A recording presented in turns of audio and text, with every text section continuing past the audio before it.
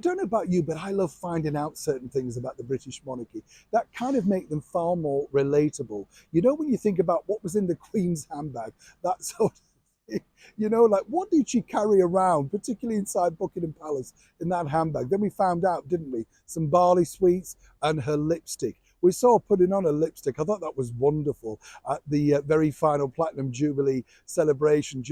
She kind of knew exactly, as all girls do, where to hit the mark, right? She knew exactly. Such a sweet moment, that as well. But Catherine, the Princess of Wales, of course, is now one of those people that really has to open up far more in this digital platform age. It's all about being relatable to the people that literally put you in that position.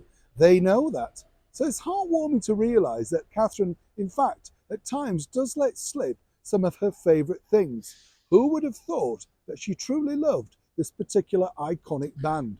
As ever, let me explain. Good morning, Neil Sean here. Nice to see you as ever, and thank you so much for joining me today. You know, when you think about it, I don't know about you, but when you see the royals, as I do, out and about on various events, you can see the ones they really enjoy. And one was earlier this year. I think it was earlier this year, because the year flies on, doesn't it? But when Catherine was the patron of the National Portrait Gallery, which recently had those lunatics smashing pictures in there, the Just Stop Oil things.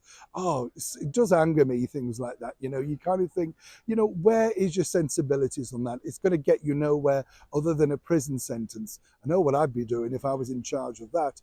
But back to a more pleasant side of the story. The National Portrait Gallery is free to get in certain parts if you come to London. So do have a look. There's some wonderful stuff in there. And Catherine, as I say, is very much hands-on as a patron.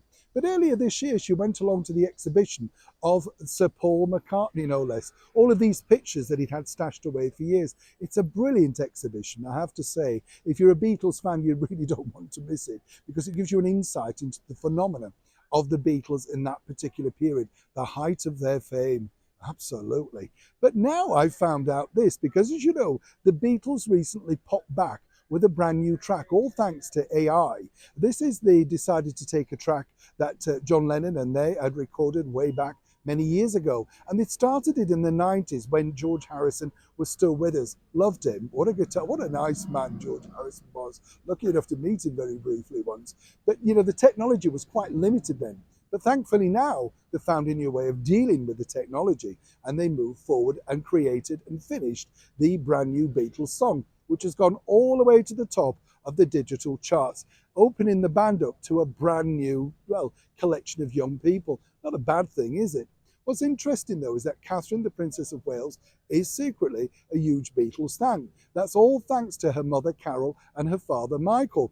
They all like the Beatles. So much so, I have it on very good authority that Catherine put a personal call in to Sir Paul McCartney's office to say how much she thoroughly enjoyed the brand new single, loved the video, and loved the whole sort of, empathy of the track, and how it must have been very emotional once again to be recording literally with the voice of John Lennon in your cans. I think this is fabulous stuff, don't you? Because people might say, oh, it's sloppy, what does it matter? It's nice that people reach out, take the time to congratulate someone who probably would never have imagined the Princess of Wales was such a huge Beatles fan, unless they discussed it at the National Portrait Gallery. But more importantly, wasn't it a nice gesture to do? And even Sir Paul McCartney, who's enjoyed all of that mega success, he himself must think he's not done bad, a lad from Liverpool, with all the Beatles success, and now he can actually say a modernistic royal fan. Not bad, eh? Do let me know what you think to this particular story in the comments below. And if you get a chance, like and share. Neil Sean in the very heart of London.